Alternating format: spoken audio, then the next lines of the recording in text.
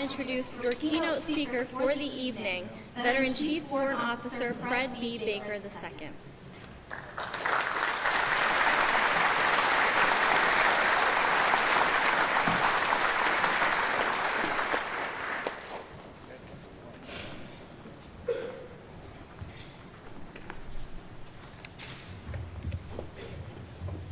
That's the first I heard taps by a choral group, and I think it was just fantastic. Before I begin, there are a couple things I'd like to do, but first, everybody just stand up for a second, shake it off, relax yourselves a little. That's good. Very good.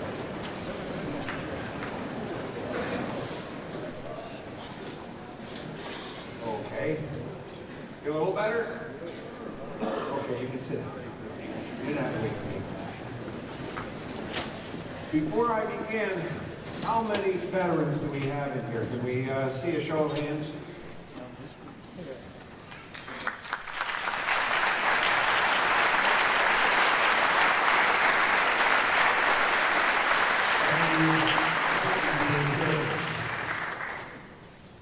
And I'm going to give you two more words that you hear just lately. Welcome home. I say welcome home because that wasn't always the way we felt in this country. Now, I look down here and I see these young-looking Marines here, and they really look good in their uniforms. And you can always tell a Marine. You can't tell them much, but you can tell a Marine. Then we have our Air Force. What a bunch. Those guys actually wear parachutes. I was a pilot in the Army. We didn't wear parachutes. They not only wear parachutes, they get to take their recliner out of the aircraft with them. Then, of course, the Army. Soldiers in the Army, they're called grunts. They haven't had to do lifts out of aircraft since Vietnam, but they still call them grunts. I don't know why. And then, of course, there's the Navy.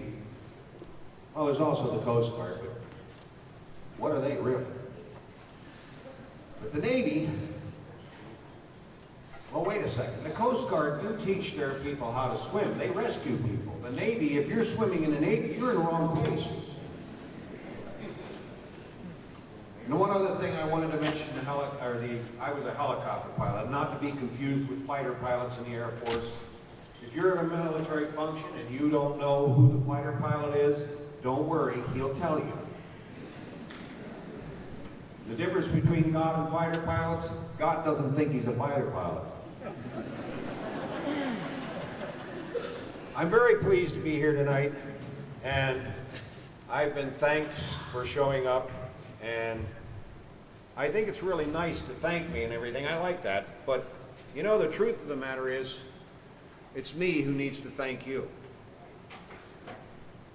I want to thank you for the community spirit, for the way you treat these young men and women who are going into the service today. This, like I said before, was not always the case. See if I can arrange this thing a little different. Can you still hear me all right?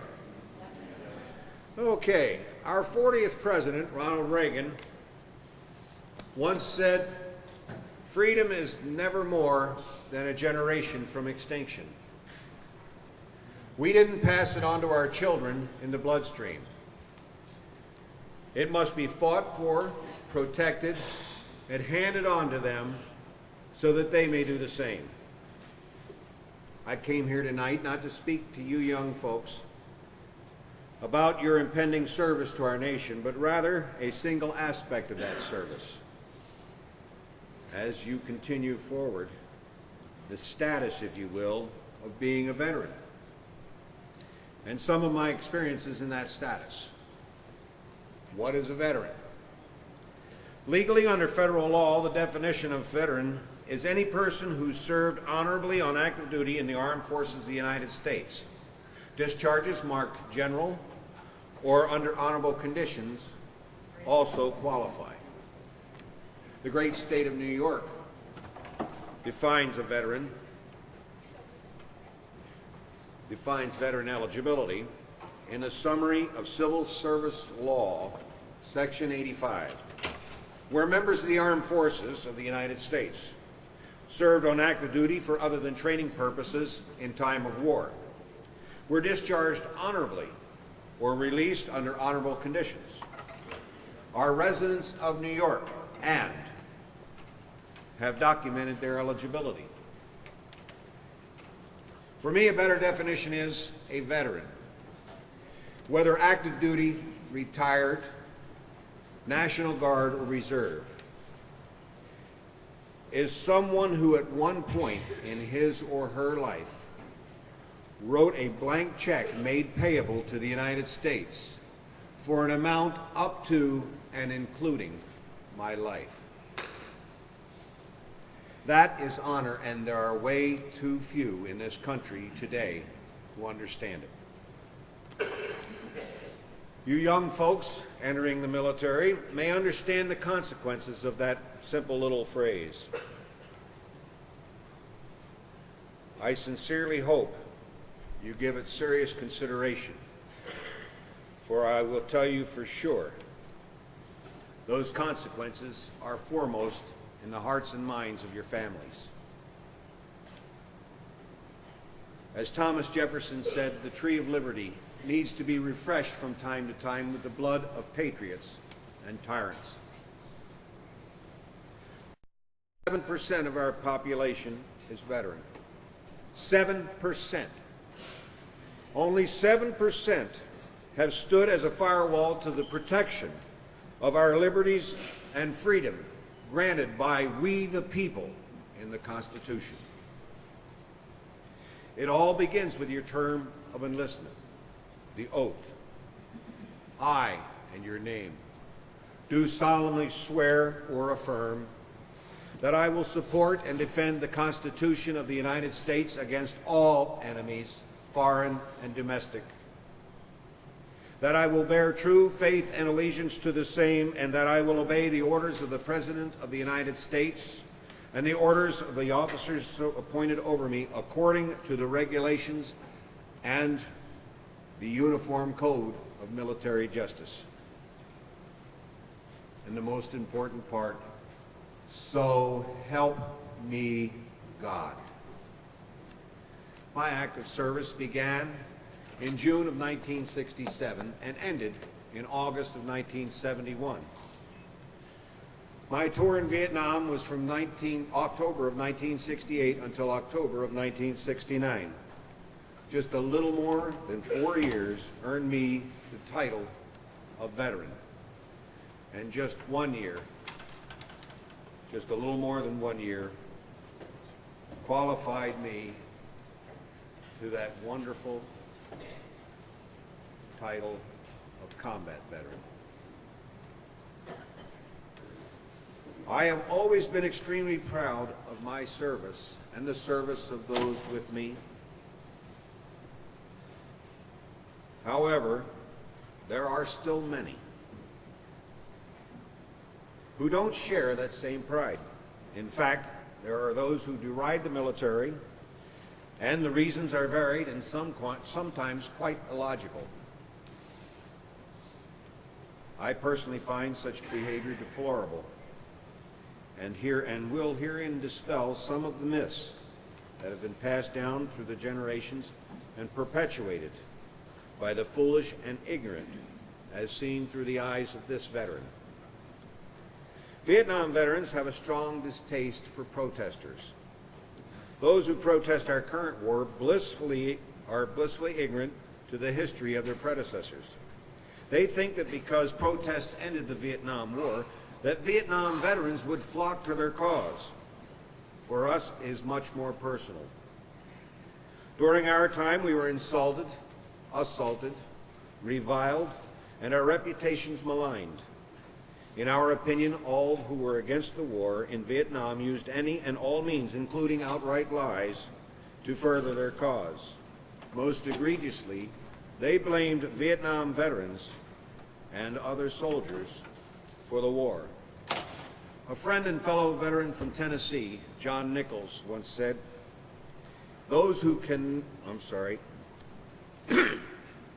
it is hard to consider one's service as honorable when your nation views you as dishonorable. The great philosopher George Santayana said, "Those who cannot remember the past are condemned to repeat it." Among the many insults hurled at Vietnam veterans, the term baby killer was the most often heard and the worst as far as veterans feel, because that's not who we were. While many at the time blamed us for a wide range of atrocities, the truth is, to my knowledge, there is only one that occurred. It happened on March 16, 1968. The United States Army soldiers of Charlie Company of the 1st Battalion, 20th Infantry Regiment, 11th Brigade of the Americal Division received its orders to clear out possible VC sympathizers in the village of My Lai. Colonel Orrin Henderson authorized his officers to go in there aggressively, close with the enemy, and wipe them out for good. The officers of Charlie Company evidently considered the village to be totally VC or VC sympathizers and ordered what became a killing frenzy. The mass murder killed 347, according to our records, 504, according to Vietnamese records, innocent civilians. And it occurred in just 2 hours' time. The massacre ended when a reconnaissance warrant officer helicopter pilot, Hugh Thompson, landed his aircraft between the soldiers and the retreating villagers and threatened to open fire if they continued their attacks. Unfortunately, this atrocity became the blueprint for the fabrications and lies of atrocities given by the Winter Soldier Project, as it was put forward by a group called Veterans Against the War, Vietnam Veterans Against the War, which is a total misnomer, as most of them were never veterans, and some, very few, saw combat. Their testimony before Congress added credence to the allegations that the soldiers in Vietnam were out of control, sociopathic killers, and branded them and all veterans of that era with the stigma that lasted for years. Needless to say, our returning veterans did not receive a very warm welcome home. As a Vietnam veteran, I have often visited the Vietnam Memorial Wall in Washington, D.C.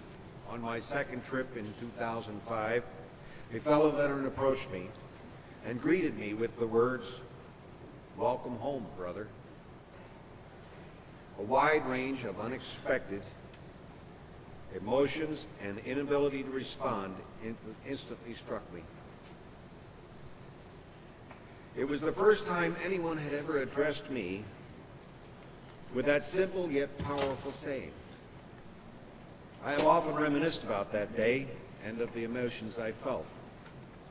Today, whenever two or more veterans get together, greetings are often exchanged. Mostly they're questions like, where did you serve? What was your unit? What year or years were you there? But the very most frequent address that veterans say to one another today is "Welcome home, brother," or "Welcome home, sister." For a few years, Vietnam veterans used this exclusively toward each other. Recently, it has become a greeting for all veterans. Service to your country entails a lot of responsibility. As a 19-year-old medic at Fort Sam Houston, I delivered 3 babies to 2 mothers in the back of an ambulance. On July 9, 1969, while in Vietnam at the age of 21, I was the aircraft commander in charge of the command and control aircraft for the air security of the President of the United States in a war zone. In Germany after Vietnam, I was assigned to D Troop 2nd Squadron, 4th Cavalry of the 4th Armored Division. We were the top 40 pilots in the United States Army, supposedly. How I got picked, I'll never know. But our mission was to prove that an air-mobile cavalry unit could effectively take on superior armored forces in a European environment. We not only proved we could, the tactics that we developed back then, 40-some years ago, are still used today. I was also sent to Firth, Germany, as the aircraft commander for Brigadier General George S. Patton, the son of the same famous World War II general. My mission was to ensure that he would be a safe pilot, since he may have been given preferential treatment in flight school. I challenge anyone here, to come up with any instance in the private sector where that much responsibility is given to someone not even 24 years of age. These responsibilities were not given to me alone. Almost everyone who serves is given the opportunity to excel beyond expectations. I want to tell you that once again. Almost everybody in the service is given an opportunity to excel beyond expectations. It is there. You just have to take it. With or without your knowledge, your service will imbue you with a strong sense of your own responsibilities as well. The greatest generation of World War II and Korea returned to build our nation with exceptional prosperity. Vietnam veterans, more than any other, have brought attention to post-traumatic stress, a serious disorder, also known as shell shock, combat fatigue, war stress, and battle fatigue. They brought the danger of the use of chemical agents before the nation more than any group since World War I, and they, more than any group, have been responsible for ensuring that veterans get the recognition they deserve. In the Pacific, World War II, in just 4 years' time, the average combat soldier saw just 40 days of combat. Just 40 days, World War II. In Vietnam, thanks to the mobility of the helicopter, the average combat soldier saw 240 days of combat.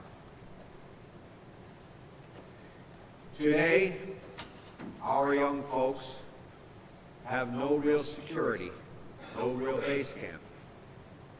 They know that a cop or soldier of a friendly nation can actually do them harm. They are under stress 24/7, 365 days a year. They go back for 3 and 4 and sometimes 5 tours of duty. We are losing 20 a day to suicide. That's 1 every 67 minutes. Who's out there for them? We are, the veterans, their brothers, their sisters. We appreciate what they're doing. Before speaking, the responsibilities continue. The returning soldiers of today, brothers and sisters, need our support as much as any other. Who is better qualified to lead the way than veterans? Before speaking here tonight, I provided a biography to our community salutes. I hope you had an opportunity to read it. Not so much because it's about me, but I left out something very important. I didn't mention my affiliations, which are extensive. I belong to several organizations, but more importantly, I belong to several veterans organizations too. I am a life member of the United States Army Warrant Officers Association.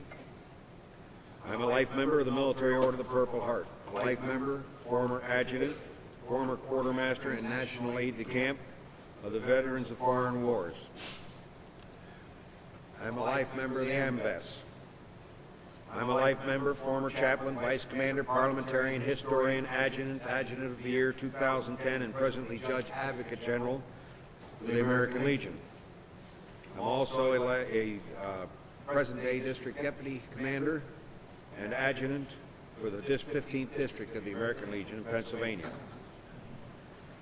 And I am a life member of the Veterans of the Vietnam War Incorporated, whose motto, "Never again will one generation of veterans abandon another," has been taken to heart by my generation with more than lip service.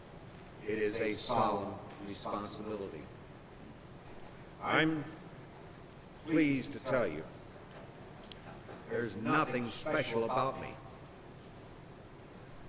I'm not cream of the crop like you young folks are. I'm 65 years old, but I often mention I wasn't an ambitious student in high school. I graduated at the top 4/5 of my class. I was a college dropout. And although drafted, I served a little more than 4 years in the military. I have been around the world and gained knowledge granted only to a few. Nowhere, and I mean this from the bottom of my heart, nowhere in the world does such good fortune come so regularly as in the United States of America. I mentioned I'm 65 years old. My entire life has been shaped around the mold of service to my country. While I may from time to time be critical toward whoever leads our government, I will forever maintain a love and pride and loyalty to my country and to the 7% who are serving and have served. If you have the good fortune to visit our war monuments on the mall of our nation's capital, think of the sacrifices of those remembered there. To veterans, those monuments are sacred. To our nation, they are reminders that freedom is not free. To the world, they represent that we and we alone are willing to sacrifice not for the attainment of foreign land, monetary gain, or dominance, but for the ultimate benefit of freedom and liberty. Therefore, I ask you to thank veterans for serving and be sure to tell them they are welcome home. Let me conclude by reciting the words of a prayer from the flag ceremony performed at every stated meeting of Freemasons in the Commonwealth of Pennsylvania. O eternal God, through whose mighty power our fathers won their liberties of old, grant, we beseech thee, that we and all people of the land may with loyalty, fidelity, and courage maintain these liberties. Protect and assist all who are serving their country at home or abroad, by land, by sea, or in the air, that they, being armed with thy defense, may be preserved evermore in all perils, and being filled with wisdom and girded with strength, may do their duty to thy honor and glory. Amen. May God bless you, young folks, and God bless the United States of America. Thank you.